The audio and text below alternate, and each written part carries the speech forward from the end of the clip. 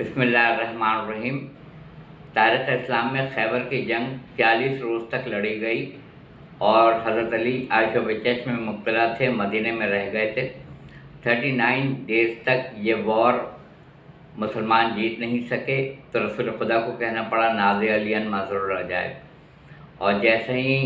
مولا علی کو ندا دی تو مولا علی کا قدم جو تھا خیبر کے میدان میں تھا،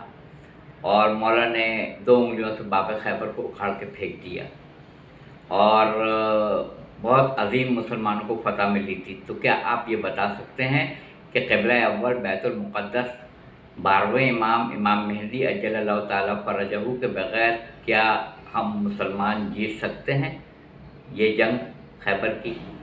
جو لڑائی حضرت علی نے جیتی تھی، تو کیا ان کے بیٹے امام مہدی عجل اللہ تعالیٰ فرجہ کے بغیر یہ مسجد اقصیٰ قبلہ اول کو ہم